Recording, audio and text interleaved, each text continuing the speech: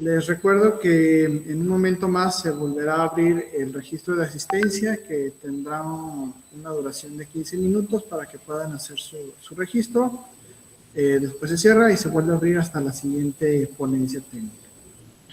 También aprovecho para recordarles que el día de hoy también vamos a tener una conferencia magistral a la 1 de la tarde sobre el tema de propiedad intelectual, ¿no?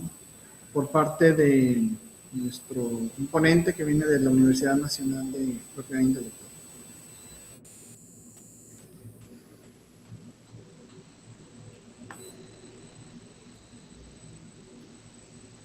Bueno, vamos a continuar ahora con la ponencia a cargo del maestro Federico Armando Arias Zambrano, titulado Planificador de Tareas para Entrenamiento y Pruebas Funcionales.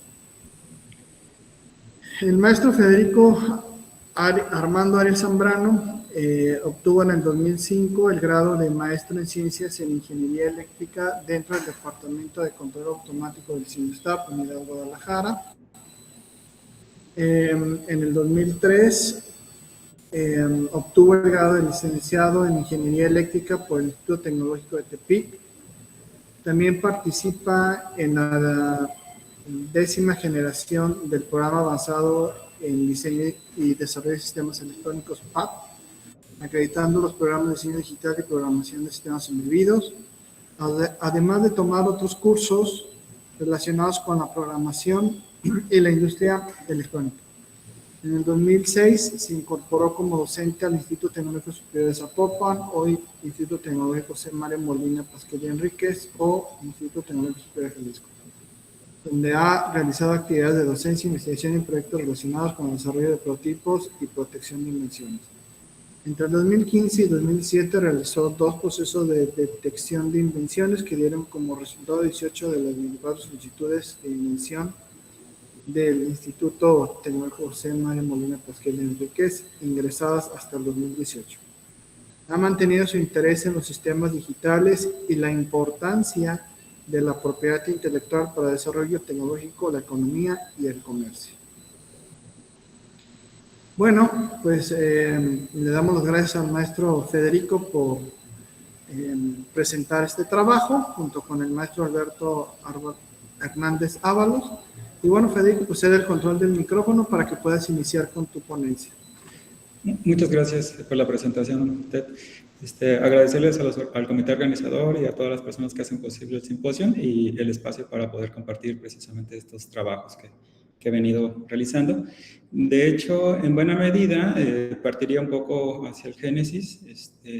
Lo que pretenderíamos es abordar 5 puntos, es una situación breve, algunas cuestiones importantes de poner en contexto los sistemas digitales, su importancia y trascendencia. Si bien ya ahorita estamos muy preocupados o en la ola de la IA, pues incluso Internet de las Cosas, tenemos que ir al génesis, a los sistemas digitales en principio, que son los que nos van a permitir dar esa infraestructura pues para que vayamos construyendo más y más nuestros sistemas, ¿no? Entonces, estableceríamos una problemática que hemos identificado, básicamente es el tener desarrollos propios de infraestructura para poder desarrollar precisamente software totalmente for scratch, básicamente, en buena medida. Y cómo es que nosotros hemos estado trabajando y, bueno, el avance que hemos tenido, ¿no? Entonces, brevemente trataríamos de abordar los sistemas digitales, todos conocemos en buena medida, que requieren de un elemento de cómputo básico que pueda procesar, ¿no? En este sentido, recordemos que podemos irnos desde hacer silicio a la medida, en este caso, en estos circuitos integrados de aplicación específica, que nos van a full custom, de manera objetiva, atenderían a una aplicación digital. Normalmente tienen una parte digital, una parte analógica, eventualmente integran toda la información, o simple y sencillamente ya están ad hoc y se les genera un PCB, una infraestructura de hardware para poder interactuar, ¿no? Si bien ese es el punto más específico de desarrollo a la medida, nosotros tendremos una etapa intermedia donde tenemos una arquitectura de propósito general. En este caso entrarían los microcontroladores, eventualmente los microprocesadores, pero para aplicaciones o desarrollo de prototipos de sistemas digitales nos gustan más los microcontroladores. Básicamente porque tienen el equipo de cómputo, el CPU básicamente, y los periféricos requeridos o una familia de periféricos que nos pueden hacer interacciones muy rápidas con el entorno físico, con una electrónica no tan complicada. Y no podíamos descartar en este caso la descripción de hardware, que es como deberíamos establecerlo.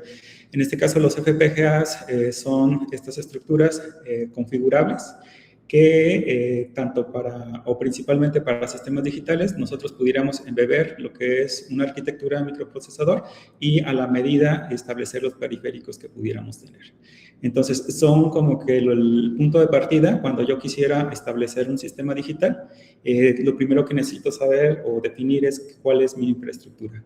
Cada una de ellas tiene pros y contras. Eventualmente, las herramientas de desarrollo relacionadas con un ASIC versus las herramientas de desarrollo relacionadas con un microcontrolador o las herramientas y entornos de desarrollo respecto al FPGA, pues nos tienen diferentes grados de exigencia, ¿no?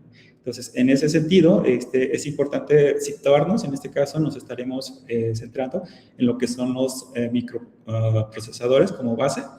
Y en ese sentido, los microprocesadores estarían dando soporte en buena medida, un entorno en el cual yo voy a tener una computadora y a su alrededor elementos que pueden ser indicadores, que pueden ser sensores.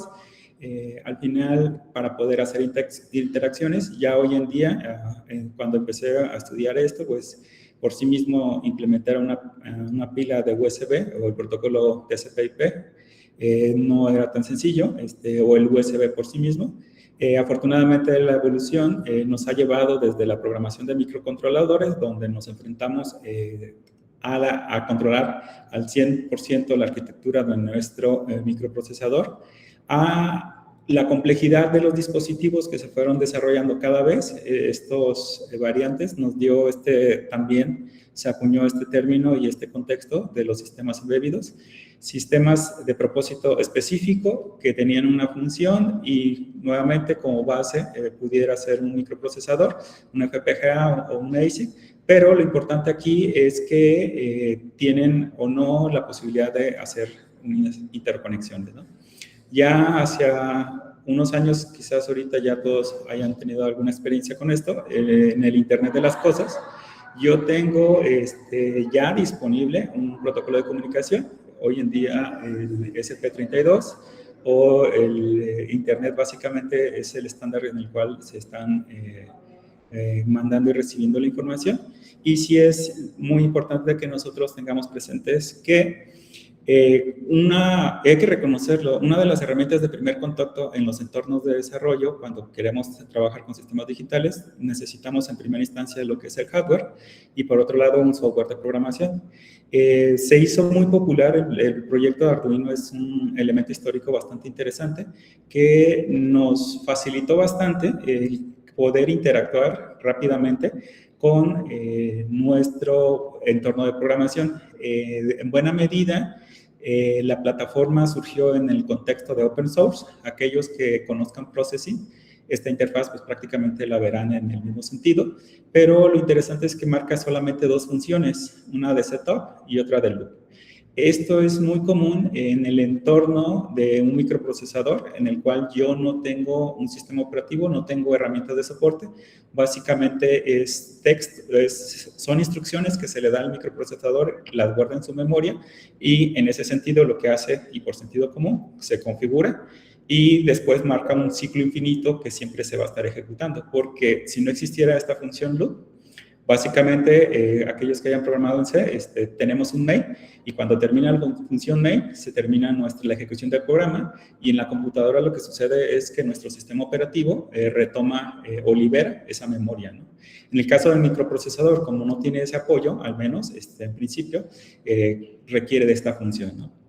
Y lo interesante, y no sé si ya han visto un poco cómo ha evolucionado desde Arduino Uno a Arduino Uno-Q, que ya nos permite hacer interacciones más específicas de Internet de las Cosas e incluso reconocimiento de voz o incluso reconocimientos de imágenes, ¿no? En buena medida, pues es la tendencia que veíamos, ¿no? Ya no nos quedamos con el micro desnudo, e incluso les podría decir, normalmente en el Arduino Uno lo que teníamos es un microprocesador de 8 bits que no tenía la posibilidad de conectarte a USB, pero este microprocesador es el que se encargaba de recibir el protocolo USB y convertirlo a UART para programarlo, ¿no? Entonces, estos aspectos o la simplicidad que nos dio precisamente el uso de estas herramientas ha hecho accesible algo que incluso le llaman Physics Programming. Me pareció muy interesante ese término. Ahorita ya incluso están hablando de Physics IA. Entonces, es interesante cómo tratan de esbozar, pero los ladrillos o las bases del conocimiento o las estructuras de la tecnología siguen ahí, ¿no? Este contexto, aquí podemos ver precisamente nuestro ATmega 328P, normalmente el microprocesador que viene o que se utilizó en principio. Y bueno, acá lo que podemos observar es una simplificación para el usuario, en el cual hablamos de pines en una numeración constante y digitales en este caso y pines analógicos. Cuando en realidad el microprocesador, por decirlo así, aquellos que ya tengan alguna formación un poco más a detalle, si hablamos de digital 13 como pin, en el caso del board o la tarjeta Arduino, del microprocesador estaremos hablando del PB5 o del LSC, o en su defecto en este caso el LED. Y podemos observar, por ejemplo, aquí cómo algunas son entradas analógicas. Precisamente, perdón, este punto nos permite generar lo que serían PWMs en lo que sería nuestra señal. Es un pin que puede ser utilizado precisamente en ese sentido. Y acá tendríamos, ahora sí, las entradas analógicas que nos permitirían eventualmente hacer conversiones analógico-digital. Un procesador no lo puede hacer, un microcontrolador sí lo puede hacer porque dentro de su encapsulado tiene esos periféricos, ¿no? Entonces, este punto es muy importante de reconocer. Cuando nosotros hablamos de programación de microcontroladores, lo que tenemos como referencia es una actividad de Blink. En primera instancia, tenemos que reconocer el hardware, que si ocuparía o no interconexiones. Aquellos que hayan trabajado con esta herramienta se darán cuenta que pues, ya tiene integrado al pin 13 un LED, en este caso, que habrá quienes eventualmente decidan deshabilitarlo, desoldándolo, o dejarlo ahí en desuso, ¿no? Pero este Blink es muy importante para los sistemas digitales porque en esencia, como se fijan aquí, no hay forma de saber si el microprocesador está ejecutando, está funcionando o no, está ejecutando el programa o no. Entonces, casi siempre se utiliza un Blink precisamente para indicar que el sistema digital está corriendo, que está funcionando, que el programa no está parado y que puede seguir funcionando, ¿no? Esto ya es un acercamiento que pocas veces se ve hacia los usuarios o a quien quiera desarrollar algo rápido. Esto ya más bien es el esquemático de lo que serían todos los componentes que tenemos que, al menos en principio, observar. Por un lado teníamos el microprocesador que se va a encargar de hacer la conversión USB y por otro lado tenemos lo que es el corazón de mi tarjeta, ¿no? En buena medida. Y lo interesante de esta herramienta particular es que originalmente salió de la academia en Italia y fue adoptada. En principio no la aceptaban, precisamente Sparhome, no sé si lo recuerdan, lo rechazó, no lo quería vender porque se veía poco profesional. Está terminado, ya fue cuando la academia se acercó precisamente a un entorno profesional y el PCB se hizo mucho mejor, ¿no? Originalmente orientado a makers, si bien la educación lo estamos utilizando y aprovechando, tenemos un detalle aquí con que también existen herramientas profesionales, incluso hay una versión de un PLC o incluso hay soluciones de detección muy avanzadas, con plataformas ya, tarjetas muy específicas para ese desarrollo, ¿no? Incluso algoritmos de IA y otros entornos, ¿no? Entonces, ¿cuál es la situación aquí? Bueno, que la descripción del hardware, del software, en este caso, podemos tener diferentes elementos. En este caso, podríamos observar aquellos que están familiarizados con estas instrucciones, desde el poder hacer el setup, en este caso, si se recuerdan, el setup, aquí lo haríamos básicamente a través de este apartado, donde yo configuro pines de salida y entrada, tengo que definir cuál arquitectura es la que estoy trabajando, también tengo que establecer la frecuencia a la cual va a operar mi microprocesador, mi sistema digital necesita una señal de reloj y una función de apoyo que en este caso sería de utilerías, una delay. Si se fijan, esta estructura se mantiene y es bastante interesante y gracioso. En este caso se hace una asignación directa al puerto para poner en alto, poner en bajo, es el famoso blink que estaríamos logrando. Y al ver este otro código ejemplo, observamos una instrucción que es ligeramente diferente. Aquellos que hayan llevado programación de microcontroladores ubican que son operaciones a bit, una mascarada que lo que básicamente hace es una OR o pone en alto uno de los pines sin afectar los demás, ¿no? Esta situación de poner tantos delays sí es algo que debemos de tener cuidado, por eso lo puse, porque aunque aquí, por ejemplo, me están utilizando operaciones bitwise sin problema, aquí básicamente lo que tenemos es un toggle, eventualmente pudieran haber hecho esto en una sola instrucción, pero decidieron hacerlo así.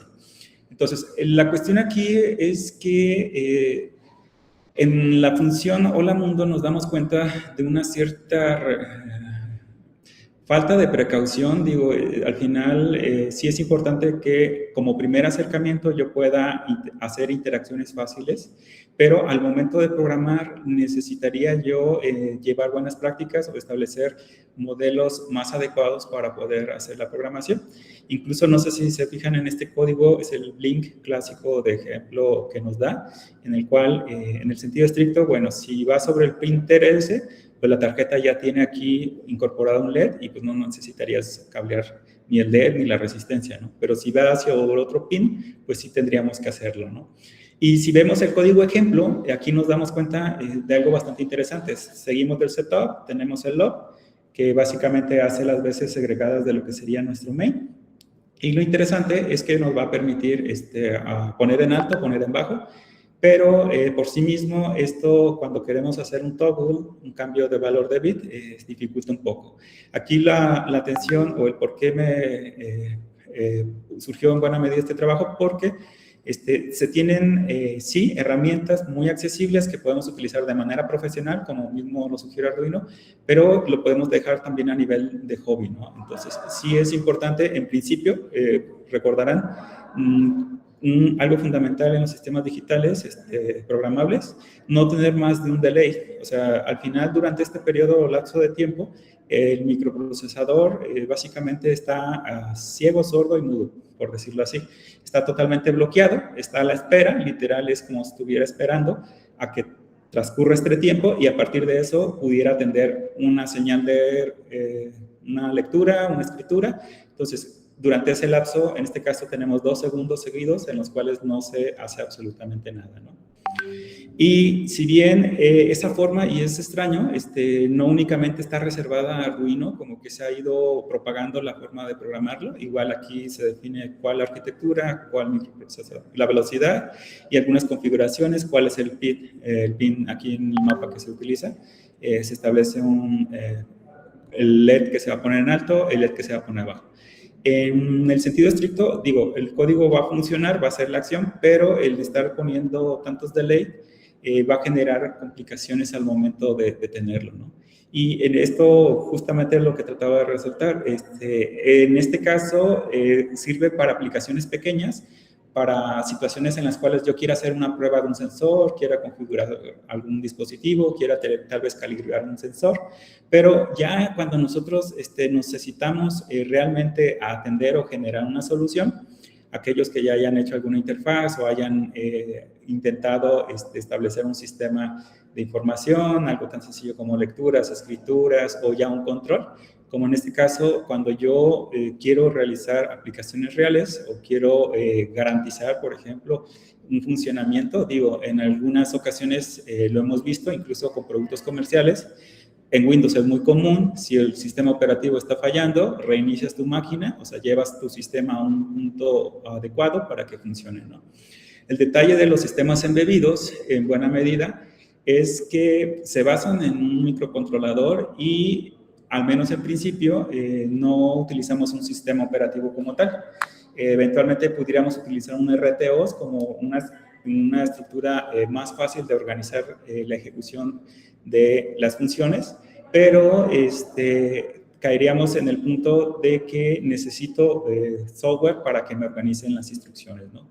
En este sentido, la forma, en este caso con lo que propone Balbano en su metodología y ciclo de vida de un producto que nosotros pudiéramos considerar, vamos desde el punto de establecer lo que sería el analizar el problema, qué es lo que yo voy a necesitar realmente. Hay que establecer especificaciones, algunas limitaciones, para partir de lo que sería el diseño, establecer diagramas de bloque, lo que serían algunos diagramas de flujos para poder entender cómo fluiría la señal o de dónde surge. Eventualmente tendríamos el desarrollo, implementación hacia hardware, software, pruebas y desarrollo, ¿no?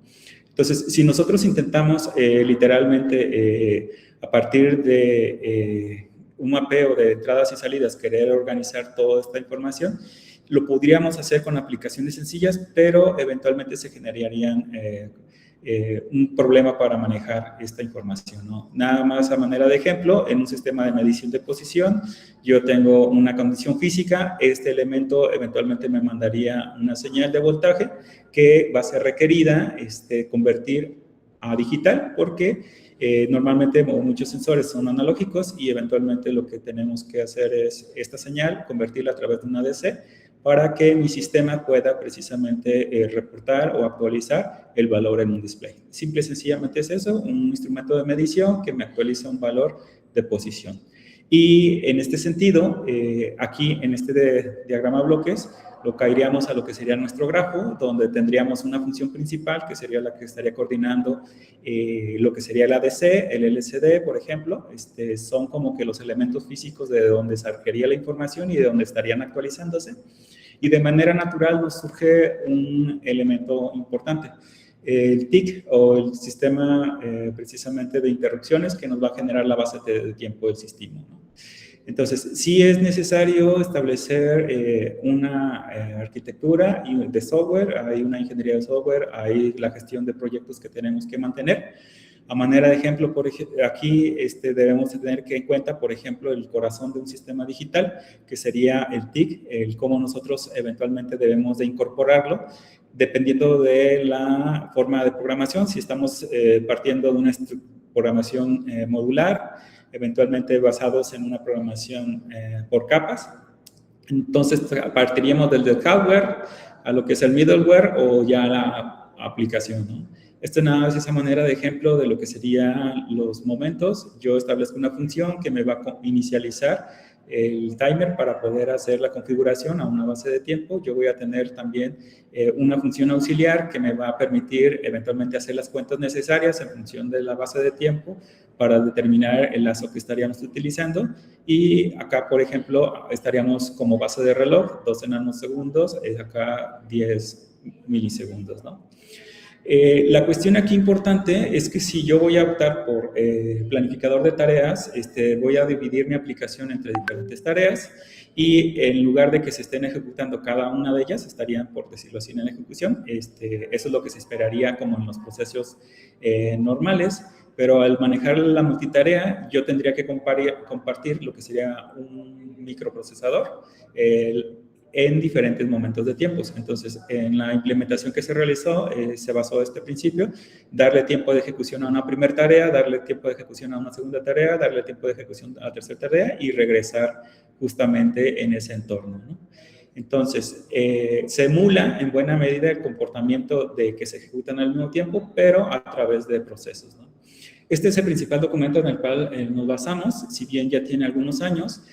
Propone o es la base en el principio de lo que sería el multitasking o multitarea, o en buena medida los scheduler o el corazón de los sistemas operativos de tiempo real. En principio manejan lo que sería un factor de utilización para poderlo establecer como medida comparativa. En este caso hay que darle un tiempo a la ejecución tarea 1, dar otro tiempo a la ejecución tarea 2, y bueno, en el sentido estricto, lo que estaríamos haciendo es emulando, por lo rápido que es esto, nosotros como usuarios no percibiríamos que se cambien entre una y tarea. Ya ahorita les presentaría nada más muy rápido, la prueba que se hizo ahorita, estamos en esta situación de concepto, con la plataforma de un PIC 184550, encapsulado DIP 40, al final utilizando la IDE MPLAB y de Proteus para poder tener el entorno de programación. Entonces, desafortunadamente, aquí, bueno, emulamos lo que sería, se simula, perdón, lo que es un osciloscopio. En este caso, como caso de prueba, se establecieron ejecutar simple y sencillamente 4 tareas a diferente base de tiempo, 2 milisegundos, 5 milisegundos, 10 milisegundos y 15 milisegundos, en las cuales nosotros estaríamos ejecutando o intercalando cada una de ellas. En esencia, el scheduler lo que hace es registrarlas y definir cuál sería su tiempo en duración. La base es 1 milisegundo, entonces hablaríamos de conteos de 2, 5, 10 y 15 para poderlos llegar a tener, ¿no? Entonces, aquí nada brevemente en la forma de su implementación de manera modular en la programación que habíamos visto, tenemos a lo que sería el módulo main, cada uno de los bloques que se ocuparían, en este caso unas salidas, necesitamos activar salidas, tenemos un bloque LED, un uso del hardware, en este caso del ADC, pues también tenemos que tener sus pares, .c, .h está hecho en C, y también lo que sería el scheduler, que es donde se registra y se organiza la información, y el TIC, este sería el corazón de nuestro sistema digital, básicamente es el que nos va a permitir interactuar con todas las formas de poderlo realizar. Brevemente, cuando uno revisa este código en comparación a los anteriores, podemos observar que se inicializa el ADC, se habilita por sí mismo, eventualmente se establece la iniciación del scheduler y el corazón, por decirlo así, ya que tenemos la infraestructura de lo que vamos a utilizar, eventualmente se habilita cada uno de ellos. Lo interesante aquí, si se fijan, estos son los elementos básicos que estarían corriendo todo el tiempo, y acá en lo que es la llamada del algoritmo está basada en una ventana de tiempo.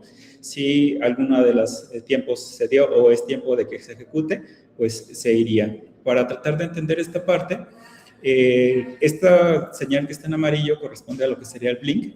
Lo que nosotros tendríamos es mi TIC o principal, sobre el cual no sé si observan que se está sincronizando, básicamente cada una de las señales eventualmente se están sincronizando.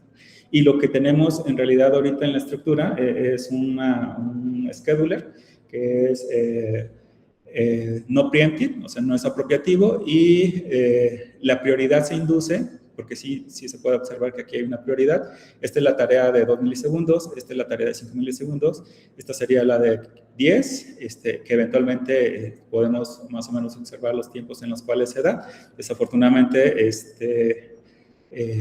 no pude aquí mostrar lo que sería la tarea de 15, pero en esencia se está teniendo, ¿no?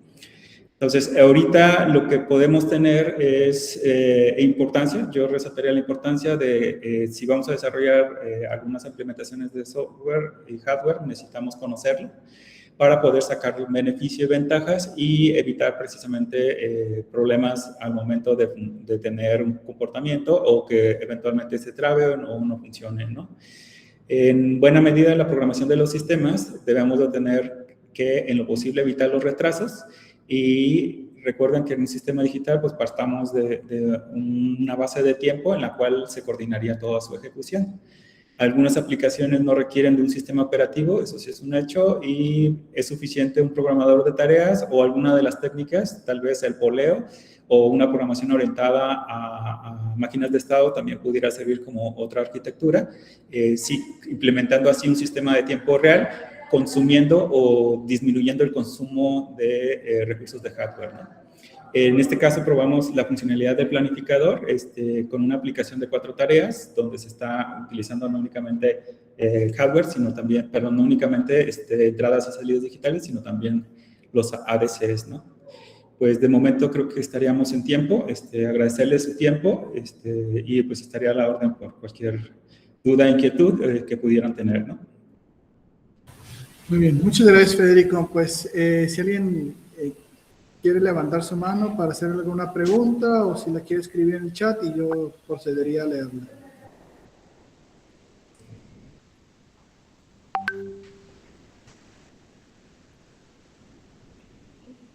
Bueno, le mandan felicitaciones. Gracias. Sí, incluso les podría adelantar o comentar, sí, platicando con Alberto es una cuestión interesante de qué tanto vale o no la pena regresar a estos puntos, porque ahorita los desarrollos, no sé si se han fijado, van mucho a uso ya de equipos de cómputos como Raspberry, pero todavía hay algunos nichos muy particulares en el control de procesos o control de equipos que necesitamos, que no es tan necesario tener un sistema operativo para poderlo poner a funcionar, ¿no? Muy bien. Bueno, pues te damos las gracias, Federico. Y bueno, el comité organizador después les hará llegar su constancia. Muchas gracias. A ustedes, estamos a la orden. Gracias, cualquier cosa. Hasta luego. Te cedo el control del micrófono, León, para que puedas proceder con la siguiente presentación.